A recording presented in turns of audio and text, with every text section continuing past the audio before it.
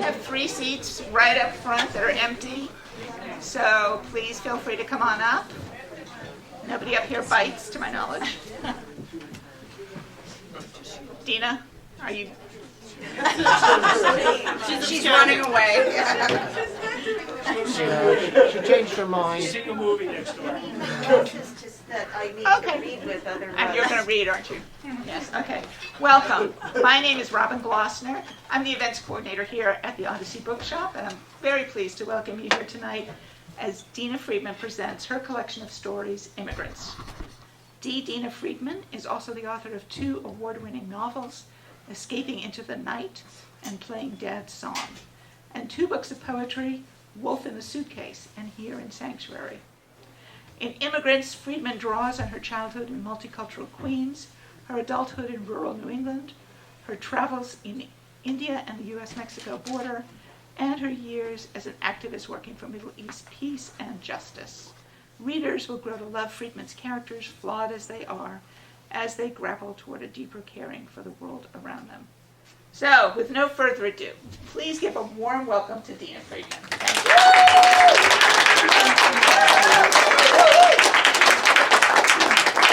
I just didn't because I was leaving. Oh, I'm sorry. Okay, let's see how this mic works. Hard to hold, though. Yeah, I'm just. Can you clip it to yourself? Great. Well, I am amazed and awed and just so grateful to see so many people here from so many different places in my life. Many writers. Writers are great. Community is great. My family, my activist family, my yoga family. It's my Jewish family. It's just wonderful. So thank you for coming. I really, really appreciate it. I'm going to read one story in completion. And I picked this one just because it seemed to fit with a lot of the different themes of the book that I touched on. And I can talk a little bit about it later. The story is Genealogy. And if you're following along, I think some people said they were. It's on page 47. Genealogy. They blamed the great-great-grandmother of the great-great-grandmother of Hannah's great-great-grandmother for poisoning the wells during the Black Death. The story, set in a small village in Central Europe with Grimm Brothers forests at its edges, horse and human shit in the streets, persevered through generations, intensifying in lurid detail. Hannah's ancestor Rivka, killed by an angry mob and left dead in a field, had already been pegged as a witch because of her uncontrollable burping, a malady that had threaded its way across oceans, bringing its assorted heartburn all the way down the genetic line to its 21st century descendants. The condition has the fancier name of acid reflux now, but both Hannah and her brother Simon know the symptoms of a scourged heart for what they are.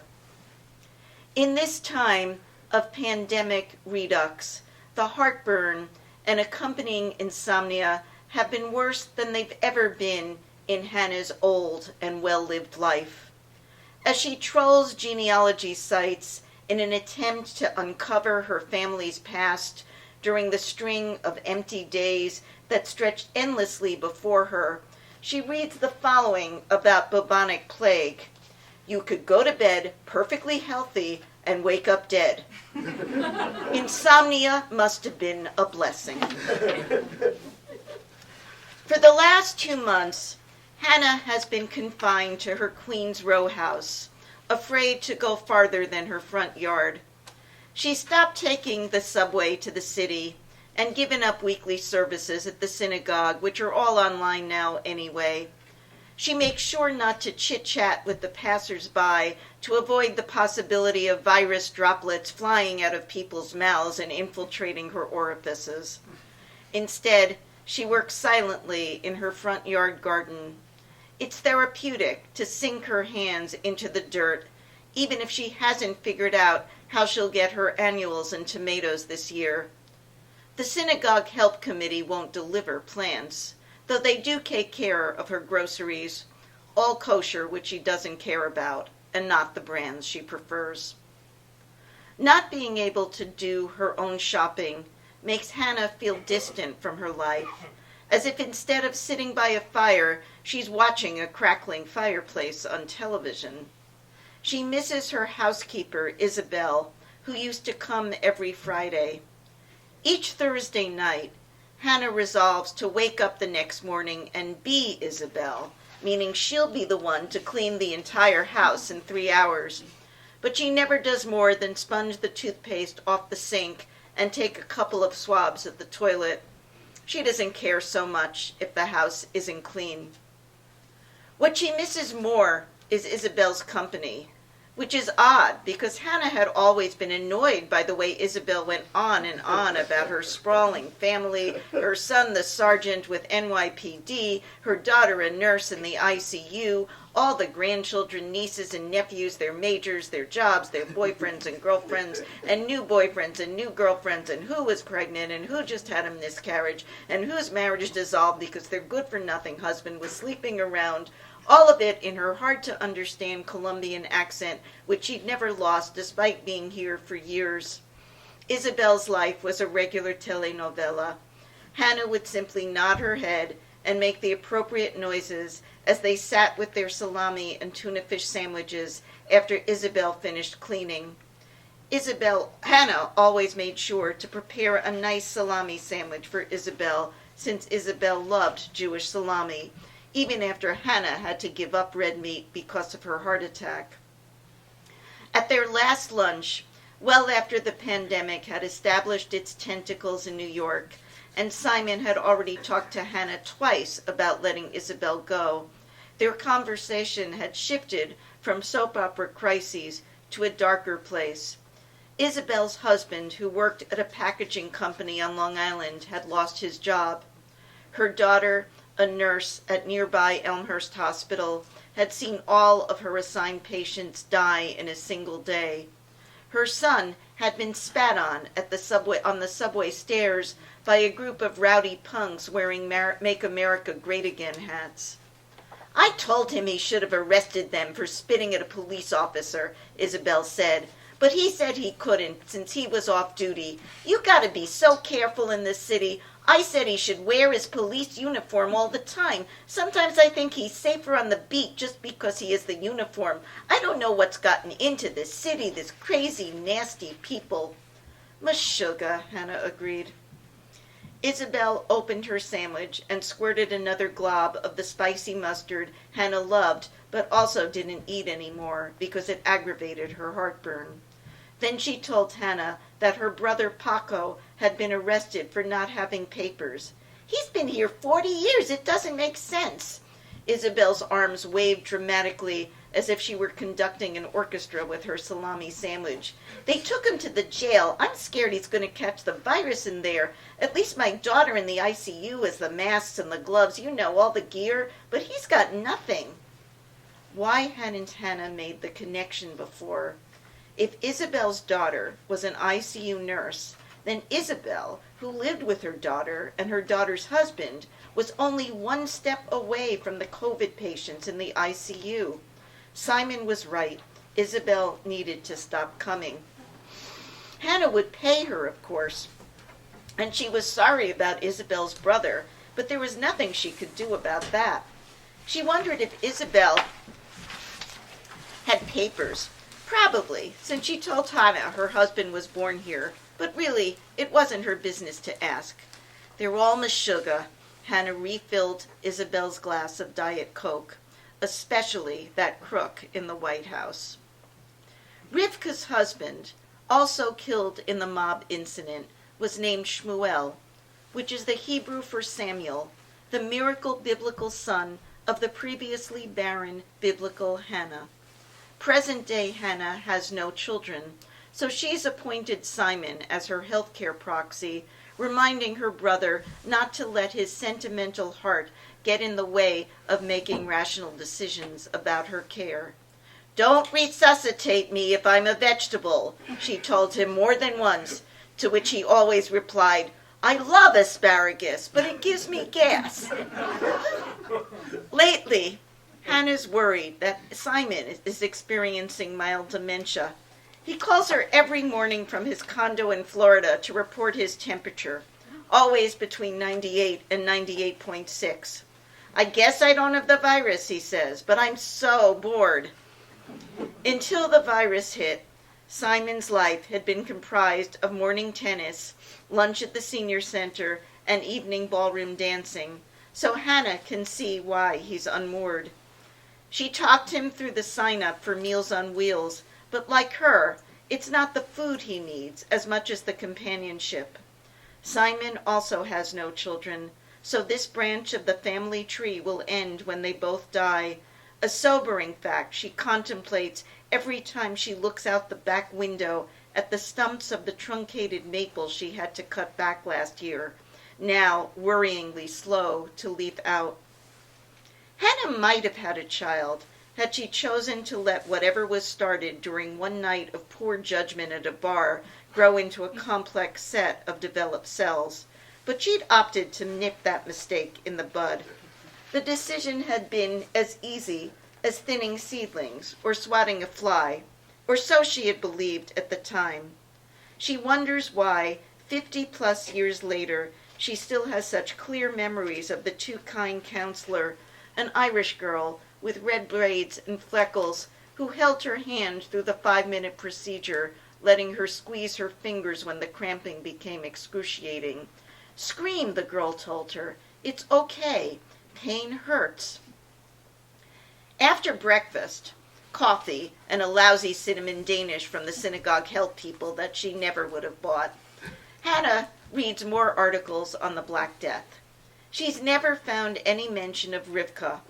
All she has is the story passed down by Rivka's daughter Tirza, who hid in the barn with her 3 brothers when the mob came. Tirza's descendants were serious about the commandment to tell their children on Passover not only about the liberation from Egypt, but also about this story of false accusation that left them orphans.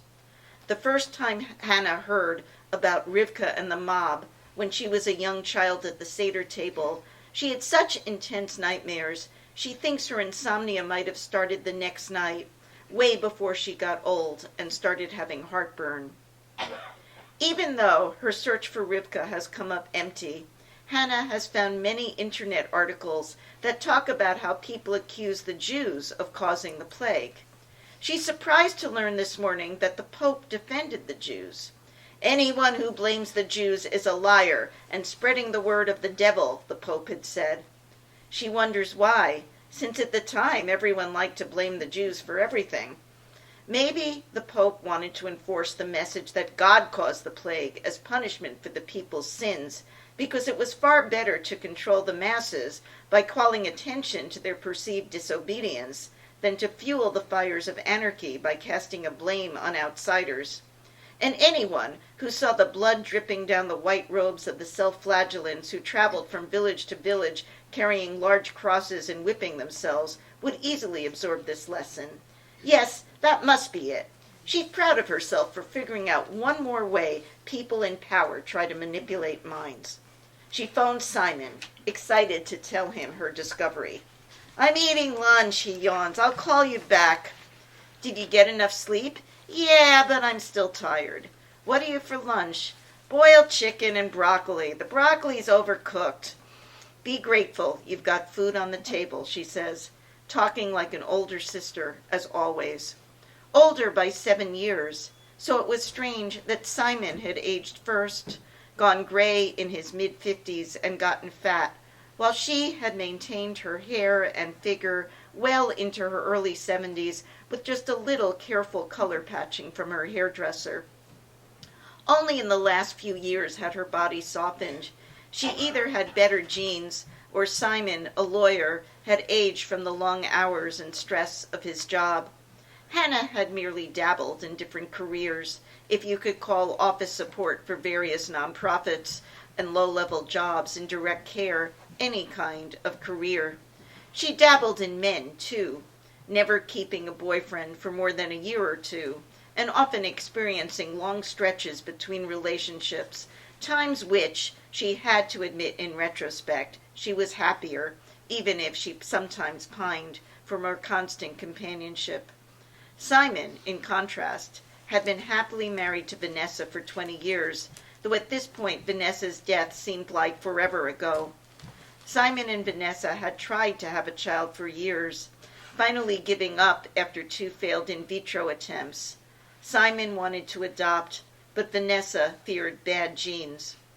"I keep telling her," Simon told Hannah, "if you give a child enough love, the rest takes care of itself.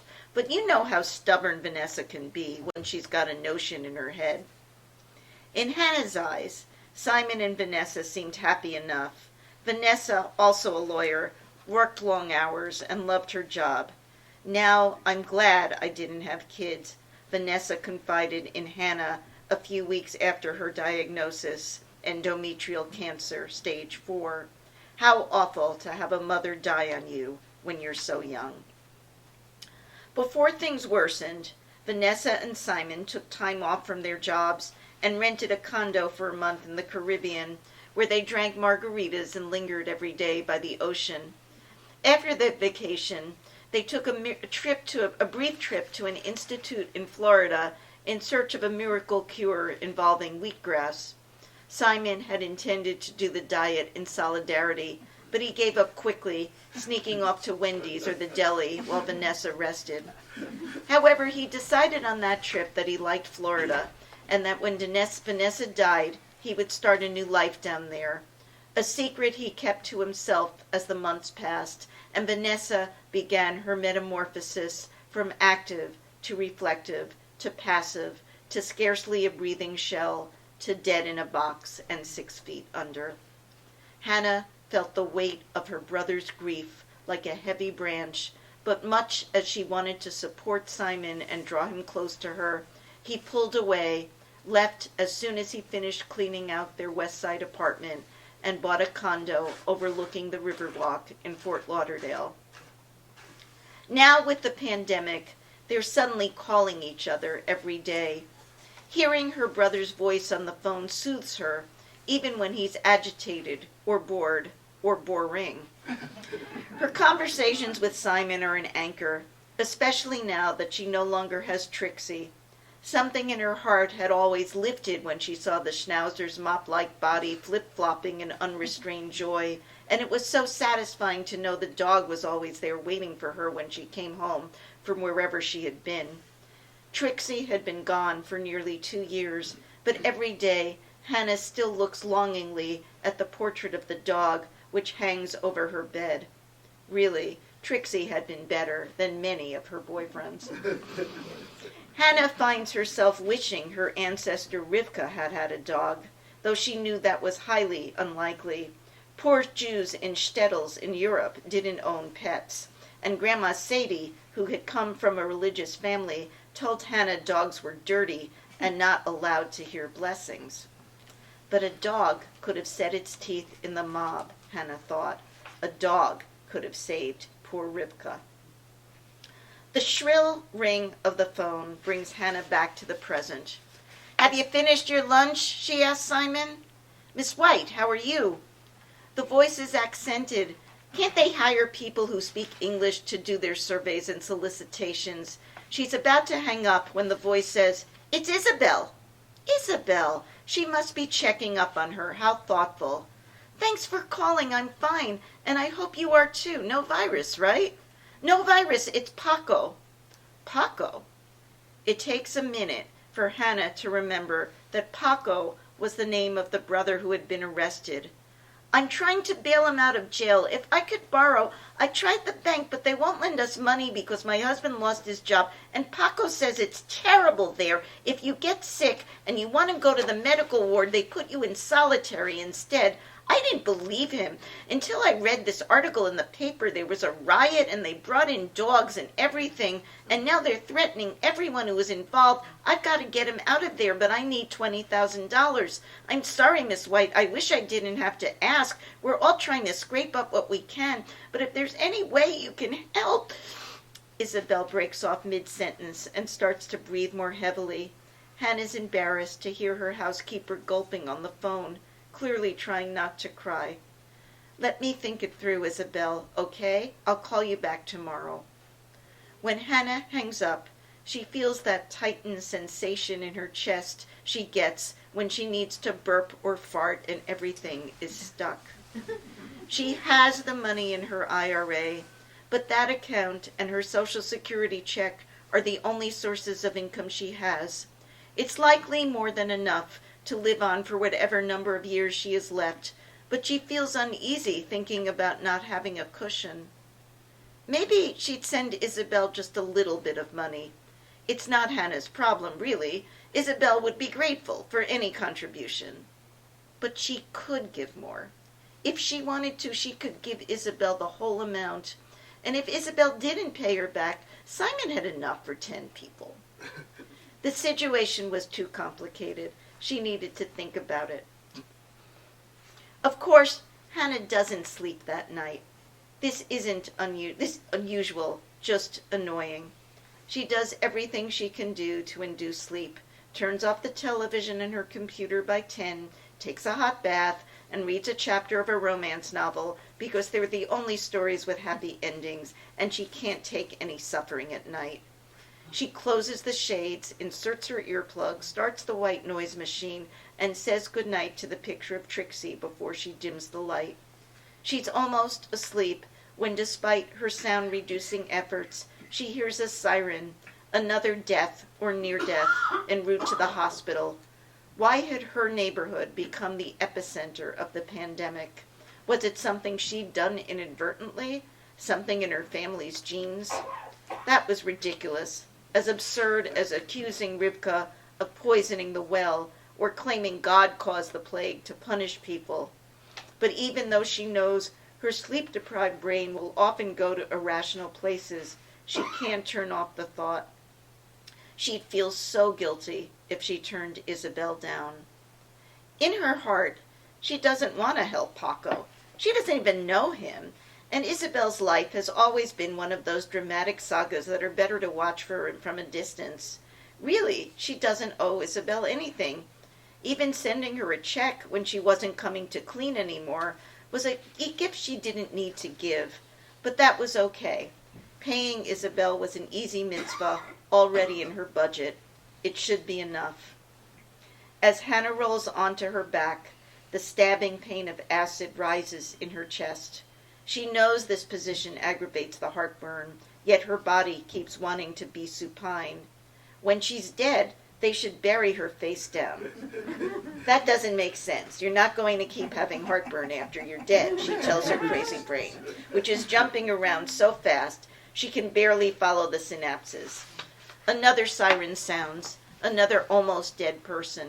At least they have sirens now, and hospitals, not like the Middle Ages. Maybe that's why people who went to bed healthy died of the plague by morning. There were no ambulances to take them to the hospital in the middle of the night. No ventilators, though she'd read that most people hooked up to ventilators never came off. One of those false harbingers of hope, like praying. If she were a religious person, she'd pray for guidance on what to do. But she isn't. She goes to synagogue because she enjoys being with other Jews, members of her own tribe. The services are boring, but she likes the nosh afterwards. People keep trying to get her on committees, the sisterhood, the Torah study group, even the board of directors, but she isn't interested. Once a week is enough. Hannah wonders if Rivka had been religious. All the Jews back then followed the countless petty and repressive rules of orthodoxy. However, observing wasn't the same as believing.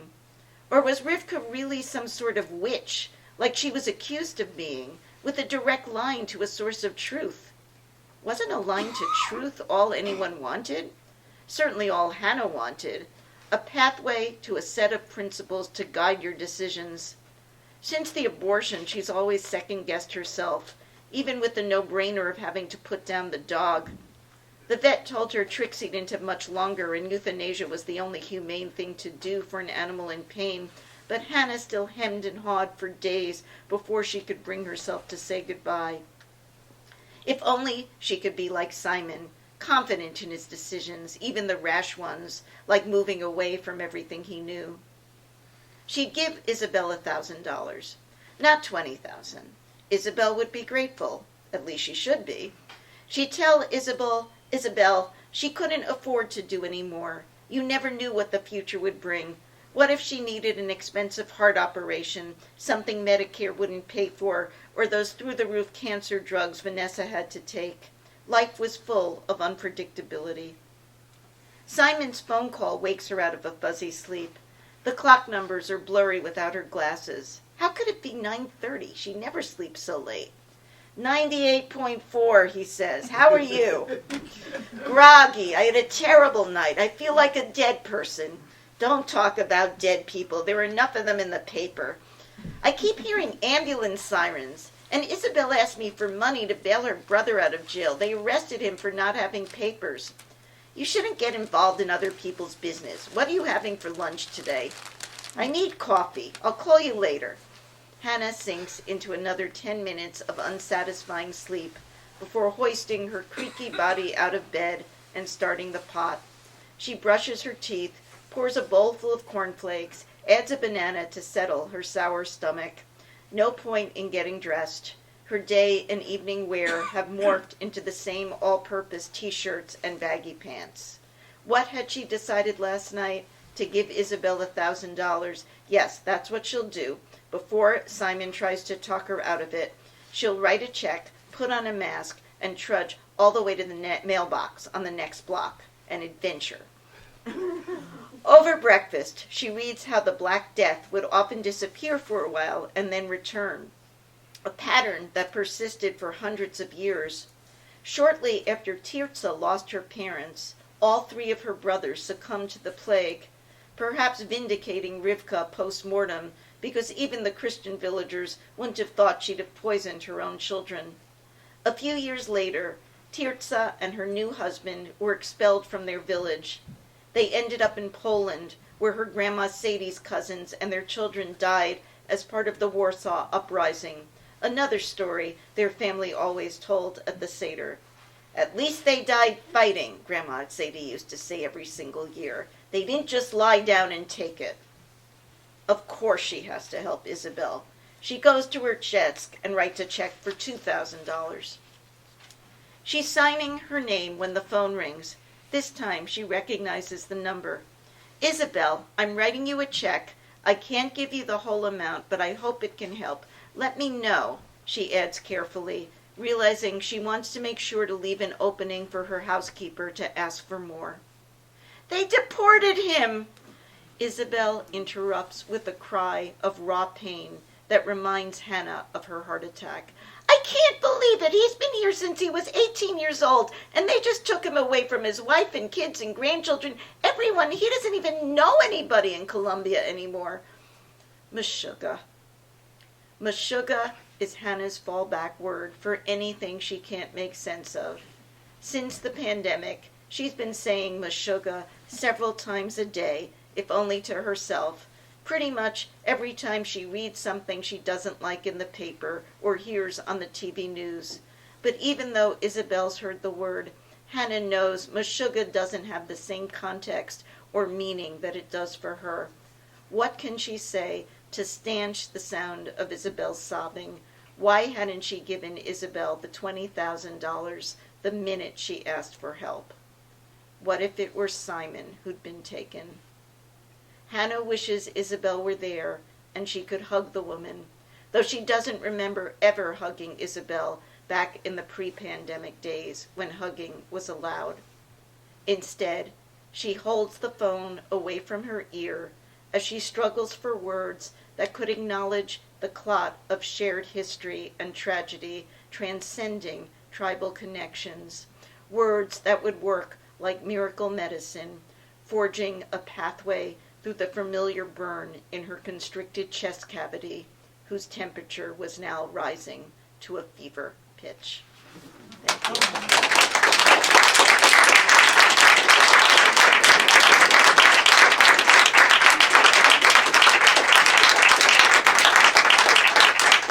So, I don't know how, I didn't do a conversation partner.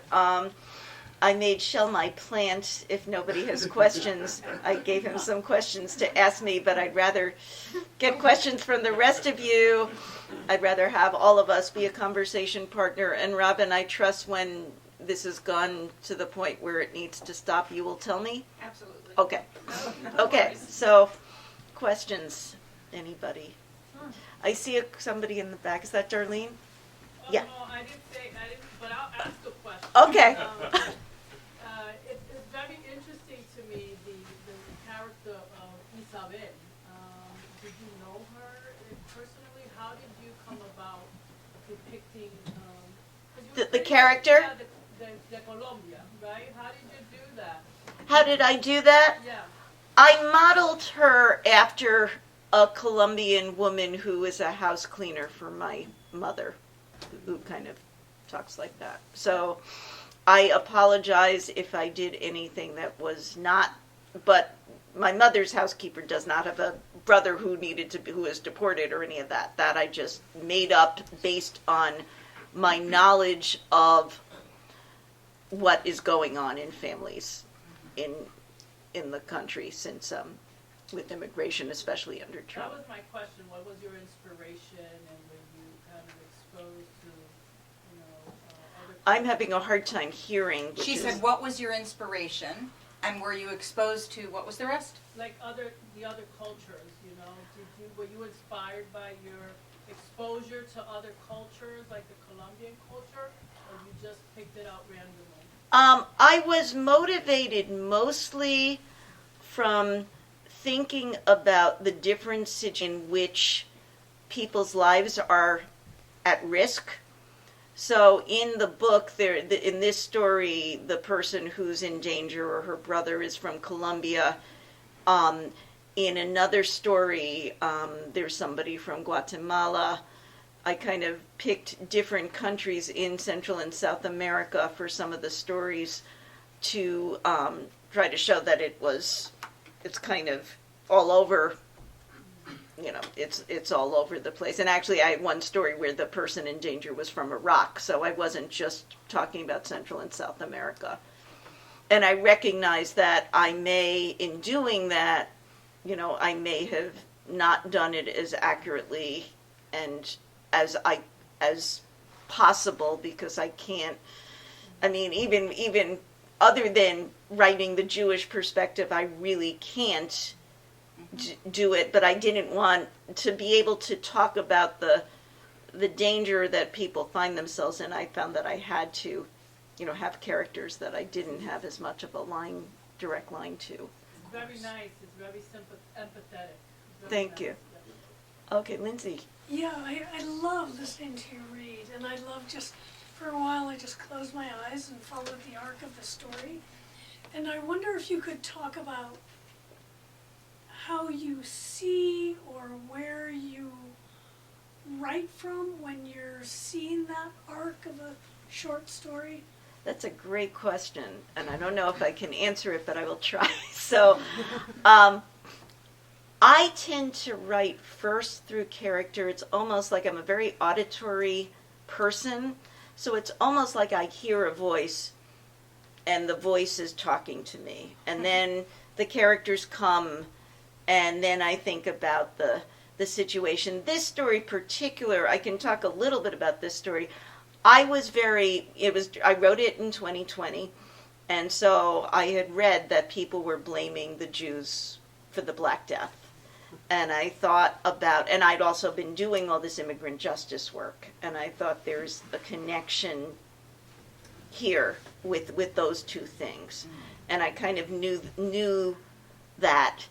And in our immigration justice group, where some of our affinity group members are here, we have had situations after going to the border where sometimes we're asked for direct help that we're either able to give or not give. So this these issues about how do we help people, what kind of help is appropriate, possible, could we give more, or questions that really plague me. I'm using the word on purpose. So somehow I tend to like to put a lot of disparate things together, and sometimes it doesn't work. I hope in this story it worked well enough.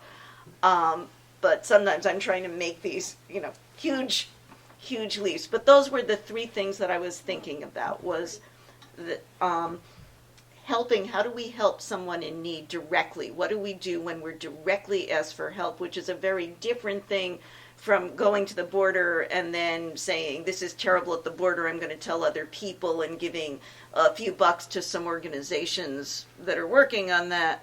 It's very different when people, and because we made connections to people on the border, then there's this question of responsibility. Do we want to take this responsibility or not? And it's a very hard question to answer. And I don't have answers. I mean, most of this book, if you've read it, you'll see that I don't come to great resolutions and say, okay, this is what you should do, or this is what you should think. I mean, I'm just kind of putting this out as questions because these are things that I'm thinking about. So in terms of arc, it's mostly revision. I mean, do I get the arc right away? Usually not. And then it's just, when I figure it out, it's usually by draft number 3, then I'm like, okay, how do I then cut out stuff that isn't speaking to the Your arc? dialogue is so alive. Oh, and I'm thanks. not surprised that you see the characters. Yeah. Hears them, right? Hear them. I hear them. And just to go back to Darlene's question, I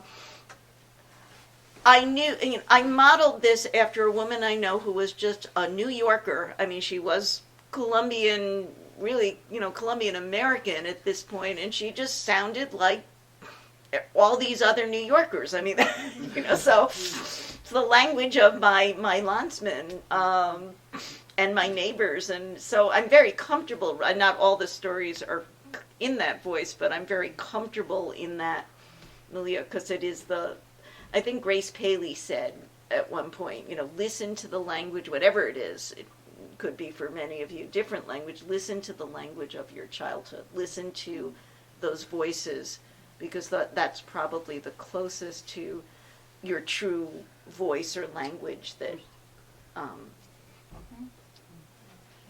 Yeah, Marla. I don't have a question, but just an appreciation.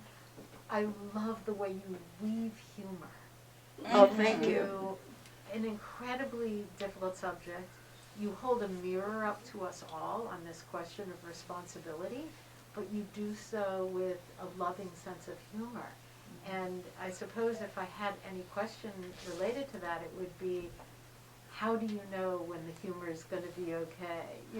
Or does the humor just come with everything else as you're hearing it, or do you go, I generally, I think it just comes, and I don't say, oh, now I'm going to be funny. I wanted to be many things in my life, but a stand-up comic has not been one of them. So I don't think, oh, now I'm going to insert a joke. Right. But I think it's not that I don't know it's funny, because I do know that it's funny. But I think what I'm trying to do is exactly what you said. You can't be dark all the time. You've got to weave in some lightness, because otherwise it just is too heavy. So that's my reason for using it.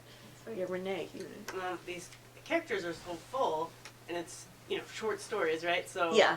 do you ever get so attached? Like, are any of these characters somebody who came back from something else you wrote, or do you envision any of them moving forward into some other later or longer project?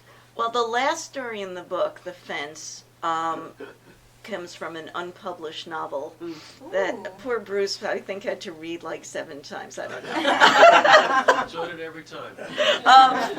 And I finally, and it kind of went nowhere, and I still really like the novel. It's in my drawer, and I don't know if I'll use it. And then at one point I thought, oh, maybe I can excerpt this chapter into a short story. And I remember saying, Bruce and 2 other people who aren't here, I've been in a fiction writing group for many years since Alana was 1, and Alana's way longer than 1, way older than 1 now. Her son is 1. But anyway, I remember saying to you and Lisa and Janine, it's like maybe this was really what I needed to write, was this 7-page story, and the rest of the novel could go, which is. But other than that, at the moment, no. But that doesn't mean that it won't. I wrote a lot of novels, and some of them did get published, and most of them did not. And then I got to this point where it's like, I never want to write another novel for the rest of my life. And I thought I'm going to write short stories for a while, which were really great because I could finish a short story. Even with a lot of revisions, I could finish one in like a few months. And so I don't know if I'll go back to writing a novel or not. I mean, I've kind of liked the shorter form. So, yeah, Lynette. I mean, I have a million questions, but Okay. I just want to tell you, I don't generally love short stories. I like novels better because I can really sink into them. So when I first got the book, I opened randomly and I read a little. But then I laid down the other night and thought, oh, let me just start at the beginning. But I thought I'd be asleep in a few minutes. And instead, I read the book from cover to cover. I could not stop reading it. Every story was so wonderful. And my question is about the ordering. How did you choose how you ordered the stories? Because I really felt somehow that they were carrying me along, even though they are not linked in any way. I think that's a great question. I know that it was something that I took it to our writing group. I said, well, this is what I'm thinking of, because they saw these stories in many different iterations. And I knew I wanted to start with Happily Ever After, because that might be my favorite story in the book. But it was a little too long, and I didn't think it read as well out loud. And I knew I wanted to have the bridge, which is probably the heaviest story, close to the end, but I didn't want to end with it. So I wanted to end with something lighter. And other than that, it was kind of just intuitive, except one of the story, Ganesh Ascends to Heaven, which was the story about India, that had been earlier in the book, and that was probably the story that gave me the most trouble. And I kept playing with it, and I finally said to my editor, I don't think I can do this second because it's just too different, and so I moved that kind of toward the middle. And I was thinking about length a little bit. Do I want too many long stories in a row? I mean, when is it time for just a short story? So those were the things that went into it. But I think it's like, how do you order a poetry manuscript? You just kind of intuitively. I guess throw it together. I thought, actually, I didn't even remember that there was a deportation in this story until you started reading it. But I thought maybe you ordered it so that what's happening now with deportation from the United States and at the border was more toward the end. Like to draw people in, most of your readers, to draw them in with more, characters who were New Yorkers and, there were just such a diverse cast of characters. But before you sort of unloaded your well, actually, the activism first on them. story has a deportation, but it also has humor. So. So it kind of had both. So that was. So I did think heavy, light. I mean, then the second story doesn't have anything to do with that, because I thought if I just did one story after the other about like horrible things that were happening, then that could get. Yeah, I can't. Manny, I can't see, I can't hear back there, but I'm so glad you're there. So. Thank you. Okay, so I'm gonna go from a little different perspective because I love what you read about it, but so I'm gonna take it from the Hannah. So you said these stories are situations and how you live to them sometimes. So you base this on somebody from, that went through the new or that was had experience, or somebody told him about the Black Death. And no, another yet. Also, most of the stories here, you are taking people's perspective, right? So I like to know also if have you experienced or have you spoke to anybody, who was there or who had relatives during the Black Death, and how, their Jews were, told that, that they were guilty ones? Because I also want to bring another perspective, which is what happened with COVID, that the sociopath in his White House kept telling that it was the Chinese people, So what I'm saying is, you have experience, or you spoke to somebody who lost a relative during this time? I only heard about half of what you said, and that's not about you, that's my bad hearing, I so. can amplify. Maybe Okay. a little. Manny was asking whether you knew anyone who knew somebody or was descended from somebody who survived the Black Death, which of course was hundreds of years ago, but also, about Trump trying to blame the virus on the Chinese and the racism component. And I really love that question. I did not know anybody personally who survived the Black Death. Growing up Jewish, at least, it's kind of inculcated in us from an early age, or it was inculcated in me, that people didn't like us, and they blamed, when I went to Sunday school, and I did go to Jewish Sunday school, and basically I kind of learned that they blamed the Jews for everything. So there was this sense of being blamed and being accused, and then the piece that I do have somewhat personal experience is my great-grandparents came to this country after the pogroms. So they talked about what it was like to be in Europe during the pogroms.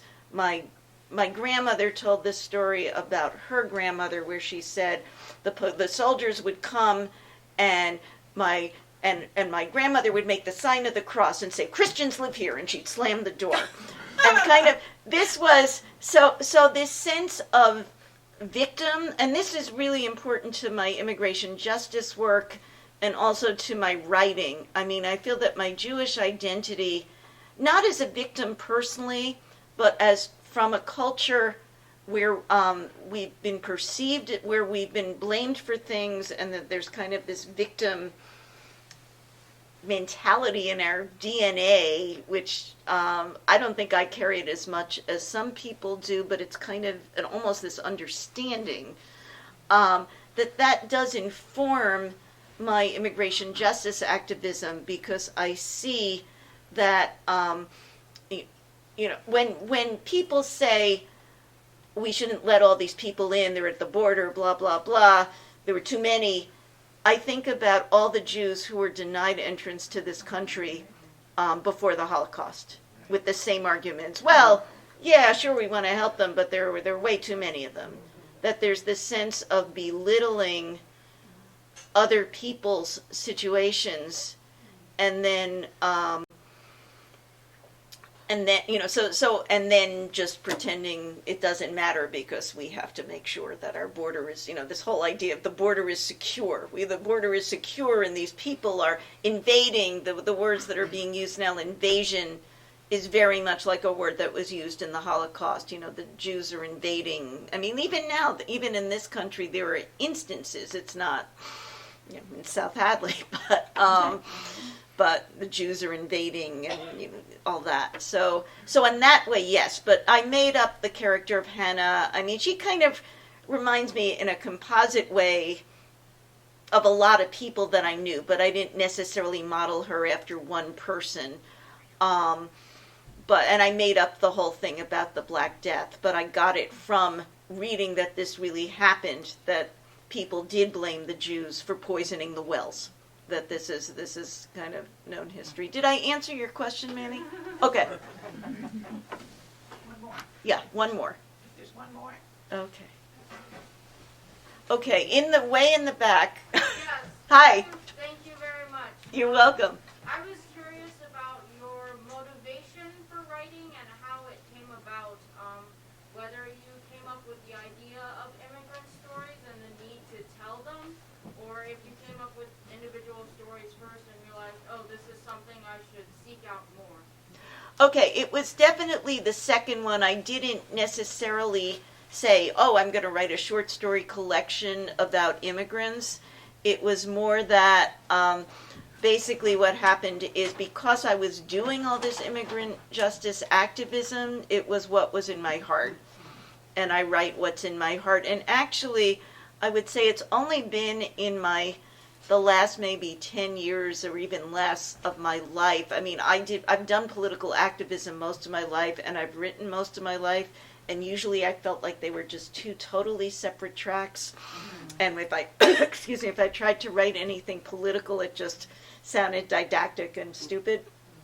So it's only been, I think, in the last 10 years that I've just been able to kind of see them both as together, but it wasn't intentional. And then once, I will admit that once it kind of became, I could see that these had a theme, I did kind of fudge, especially the stories that weren't about immigrants. I kind of stuck an immigrant in there. I see.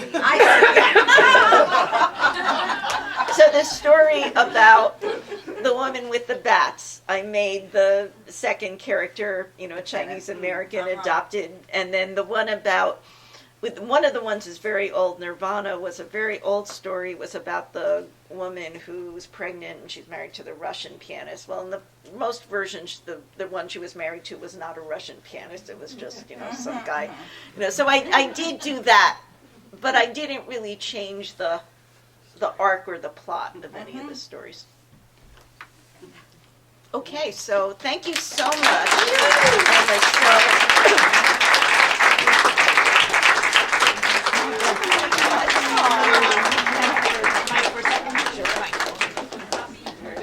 Hi, folks. If you have your copy of the book, please head to the front and take a left. That way? Yes, where you came in. Clip it on Your shirt. my shirt. Yeah?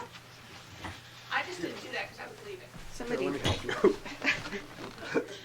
I just think it'll be too low and you won't hear. You know, it's made to do that, yeah. They plan on your shirt being All right, test it. Hello, can you hear me? Yeah. All right, cool.